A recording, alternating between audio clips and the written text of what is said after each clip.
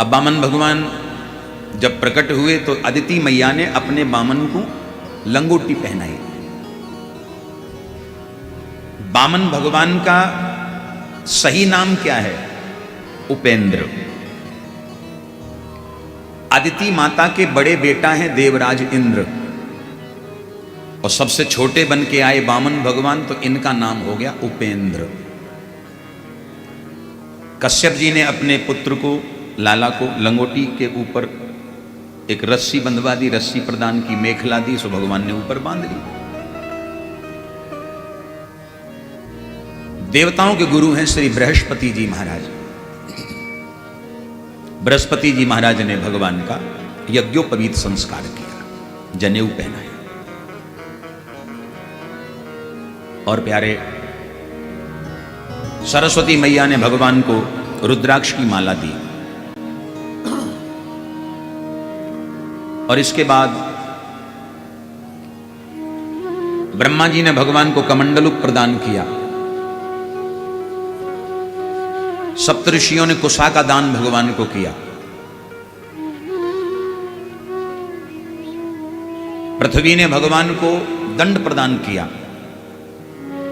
और इंद्र ने भगवान को छतरी प्रदान की, छत्र प्रदान किया। कुबेर जी ने भगवान के हाथ में भिक्षा पात्र दिया, और भगवान जब भिक्षा मांगने लगे तो भगवती उमा पार्वती मैया ने आकर के भिक्षा पात्र में भिक्षा डाल के भगवान का स्वागत किया है। अब भगवान उस भिक्षा को लेकर जब अपने गुरुजी के पास गए तो गुरुजी ने देखा कि ये तो साधारण सी भिक्षा है। तुरंत मना कर दिया कि देखो उपेंद्र, इस भिक्षा से अपना काम नहीं चलेगा। तो गुरुजी फिर क्या करना है? बोले देखो, अगर भिक्षा लानी है तो भिक्षा में हमारे देवताओं की संपत्ति जो दैत्यराज बलि ने छीन ली है, उस संपत्ति को भिक्षा में लेकर के आओ, उसे मैं स्वीकार करूंगा। भगवान बोले जो आज्ञा गुरुजी। और एक बात ध्यान रखना, गुरुजी की आज्ञा का सदैव पालन करना चाहिए। आपके गुरु आपको कोई आज्ञा करते हैं, आदेश देते हैं, तो सर झुका करके उसका आदर करिए, पालन करिए। माता पिता कोई आपको आज्ञा करते हैं, सर झुका के स्वीकार करो। घर के बड़े बुजुर्ग आपको कोई सलाह देते हैं, कोई आज्ञा करते हैं, तो उसको स्वीकार करो। इसी में हमारा हित है। सदगुरु वैद्य वचन विश्वासा, लिखा है कि सदगुरु की बात पर और वैद्य जी की बात पर आंख बंद करके भरोसा कर लेना चाहिए, उसी में हमारा हित है। पर समस्या क्या है मालूम? समस्या है कि हम अगर गुरुजी के पास भी जाएंगे और गुरुजी ने कोई बात बताई तो सुन तो लेंगे, सुनने के बाद अपनी बुद्धि का प्रयोग करेंगे कि ये सही है या गलत है। यानी अब हम गुरुजी से भी ज्यादा ज्ञानी हो गए। बोलो राधे राधे। किसी वैद्य के पास, डॉक्टर के पास जाएंगे, डॉक्टर ने कहा कि भैया ये इलाज तुम्हारा चलेगा तभी तुम ठीक होगे, फिर भी अपना दिमाग लगाएंगे ये डॉक्टर गलत तो नहीं कह रहा। उसमें हमारा हित नहीं है। एक बार क्या हुआ, एक व्यक्ति एक वैद्य जी के पास गया। पुराने समय में डॉक्टर नहीं होते थे, एलोपैथिक नहीं चलता था, उस समय आयुर्वेदिक का जमाना था। तो उस समय वैद्य हुआ करते थे। वैद्य जी के पास गया तो वैद्य जी ने नब्ज देखी और समझ गए वैद्य जी की इसकी तबीयत ठीक नहीं है। तो वैद्य जी ने इसको दवा दी, लो बेटा, बढ़िया 3-4 पुड़ियां बनाई, दे दी कि लो इसको ले जाओ। दवा लेके जैसे ही चला तो ध्यान आया, अरे हमने तो पूछा ही नहीं वैद्य जी को खाऊं क्या। अच्छा, ये खाना आदमी का पीछा नहीं छोड़ता। प्रेम से कहो राधे राधे, भाव से बोलो। आदमी बीमार भी पड़ा होता ना तो भी खाना।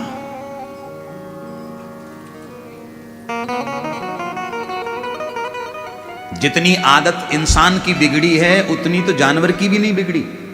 सच्चाई है। अच्छा एक बात विचार करो, सवेरे बिस्तर पे पड़ा है, आंख कब खुलती है? जब सामने बेड टी आ जाती है, तब उसकी आंख खुलेगी कि भी बेड टी आ गई। सुबह बेड टी, नहाने के बाद फिर ब्रेकफास्ट हुआ, नाश्ता हुआ, थोड़ी देर इधर उधर घूमे, कुछ मिल गया तो रास्ते में जाके वो भी खा लिया, जो मिले सो खा लिया। दोपहर हुई तो फिर वो लंच की व्यवस्था, और दोपहर और शाम के बीच में जितना समय है उसमें कभी ड्राई फ्रूट खा रहे हैं, कभी जूस पी रहे हैं, कभी फ्रूट खा रहे हैं, कभी कुछ खा रहे हैं, लाओ लाओ लाओ। रात्रि को डिनर किया, बढ़िया खाया, और जैसे ही बिस्तर पे सोने के लिए गया तो एक गिलास दूध और पिया, लाओ। अच्छा मैं कभी कभी विचार करता हूं कि यदि भगवान ने रात न बनाई होती तो हमें तो लगता नहीं कि घर का खर्चा पूरा हो सकता। प्रेम से कहो राधे राधे। अब मैं जो बात कहने जा रहा हूं, सवेरे बिस्तर से लेके जब तक रात्रि में बिस्तर पे सोता नहीं है तब तक खाना खाना खाना। आदमी है कि भूखमरा है? ये आदमी का लक्षण नहीं है प्यारे। आदमी, अच्छा सही बताना ईमानदारी से, भगवान से हम क्या कहते हैं कि प्रभु 2 समय का भोजन मिल जाए बस पर्याप्त, इतनी कृपा करो, 2 समय की रोटी मिले, कहते नहीं? आदमी कमाता है, भगवान से कहता ठाकुर जी इतनी कृपा रखना कि 2 समय की रोटी मिलती रहे। अब सही बताओ ईमानदारी से, 2 ही समय खाते हो क्या? समय का पता ही नहीं है कितने समय हैं। तो अब इस व्यक्ति ने विचार किया और आया वैद्य जी के पास। वैद्य जी आपने दवा तो दे दी लेकिन ये नहीं बताया कि मैं खाऊं क्या। वैद्य जी ने कहा बेटा कोई भी हल्की चीज खाना, ज्यादा हैवी नहीं खाना, नहीं तो फिर गड़बड़ होगा मामला। ठीक है। दरवाजे तक गया, फिर लौट के आए। वैद्य जी एक बात बताओ। बोले क्या? क्या मैं मूंग की दाल खा सकता हूं? हाँ बेटा खा सकते हो। चल दिया, फिर वापस लौटा। वैद्य जी क्या मैं खिचड़ी खा सकता हूं? हाँ खा सकते हो। फिर गया, फिर लौट के, क्या मैं लौकी खा सकता हूं? वैद्य जी ने कहा बेटा कुछ भी खा पर मेरी खोपड़ी ना खा। बोलो राधे राधे। चल दिया। अब चल के जैसे घर में आया तो इसने अपनी बुद्धि लगाई, अपना दिमाग लगाया कि वैद्य जी ने कहा था हल्का हल्का खाना। अब इसने बुद्धि लगाई, बुद्धि का प्रयोग किया कि हल्का क्या होता है, क्या है हल्की चीज दुनिया में। माइंड में आया सबसे हल्का होता है पानी, जो जमीन में तैर जाता है। आप सब जानते हैं तैरती वही चीज है जो हल्की होती है। जमीन में तैर जाए वो जल सबसे हल्का है, क्यों ना पानी पिया जाए। फिर बुद्धि लगाई, नहीं नहीं नहीं, पानी से भी हल्की कोई चीज तो होती होगी। दिमाग में आया पानी से हल्का तेल, जो पानी में भी तैर जाता है। आप तेल को पानी में डालिए तो पानी के ऊपर उतराने लगता है, दिखने लगता है। तो पानी से हल्का तेल। फिर विचार आया नहीं नहीं, तेल से भी हल्की कोई चीज तो होती है। बुद्धि लगाई, बोले तेल से हल्की पूड़ी, जो तेल में भी तैर जाती है। अच्छा अब एक बात विचार करिए, लगातार 2-4 दिन ये पूड़ियां खाएगा तो बचेगा कि मरेगा? यह है अपनी बुद्धि। इसलिए कभी भी सदगुरु की बात पर, वैद्य की बात पर, माता पिता की बात पर विचार नहीं करना चाहिए। आंख बंद करके भरोसा कर लो, उसी में हित है। भगवान ने कहा जो आज्ञा गुरुदेव, और भगवान चल दिए। नर्मदा जी के उत्तर तट पर दैत्यराज बलि अपने गुरु शुक्राचार्य जी की अध्यक्षता में बड़ा सुंदर यज्ञ कर रहे हैं। वहां पहुंच गए भगवान। भगवान के हाथ में सुमिरनी माला है, इसको कहते हैं सुमिरनी माला। देखो मैं आपको बताऊं, एक माला अभी और कई भक्त हैं जो जप रहे हैं, उसमें 108 मन के होते हैं। ठीक है, 108 मन के वाली जो माला है वो आप लोग जो जप रहे हैं, इसमें होते हैं टोटल 27 मन के, 27। इसको 4 राउंड करते हैं तब एक माला होती है। पर इस माला का विधान क्या है? बोले खाते पीते उठते बैठते सोते जागते चलते फिरते कभी भी जपो। बोलो राधे राधे। दोष नहीं है, कभी भी आप जप सकते हैं। किसी से बात भी करनी है तो रुक जाओ, बात भी कर लो, फिर चालू हो जाओ। पर यह माला ऐसी 108 वाली कि जब तक पूरी ना हो जाए तो बोलना नहीं चाहिए। समझ रहे? थोड़ा सा यही अंतर है। माला जपने का नियम क्या है?